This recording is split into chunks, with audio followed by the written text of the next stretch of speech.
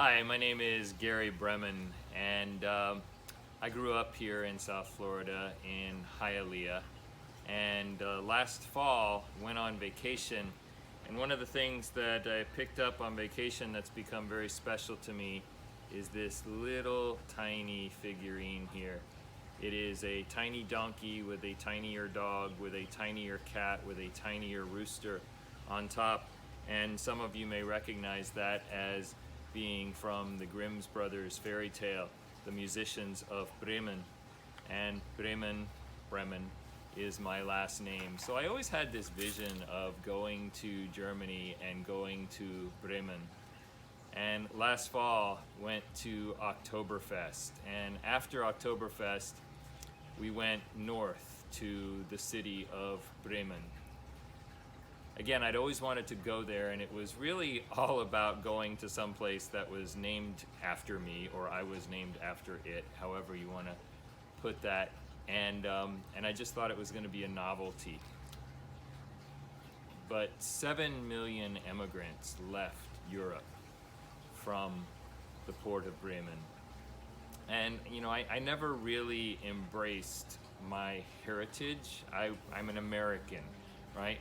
Whatever that means. I was born and reared in Hialeah, and that had a whole different connotation when I was growing up in a place where lots of immigrants were coming in from Cuba all the time, and being an American was a different context.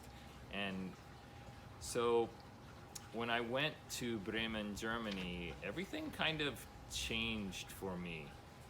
We went to the Emigration Museum in the city of Bremen, again, right at the port where 7 million immigrants left.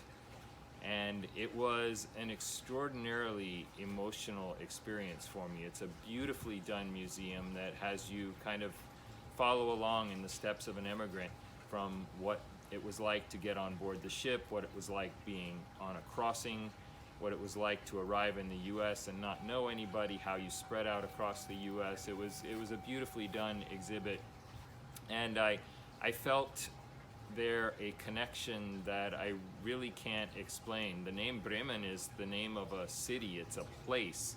It is not a last name. And so I started to question, you know, was my last name a mistake? And not that I'm not proud of my last name, but it was oddly emotional. Just outside the museum is the port where those 7 million people left from, including Mariana and Stanislawa Gesicka, who left on the SS Trave in 1892. That would be my great-grandmother and my aunt, great aunt.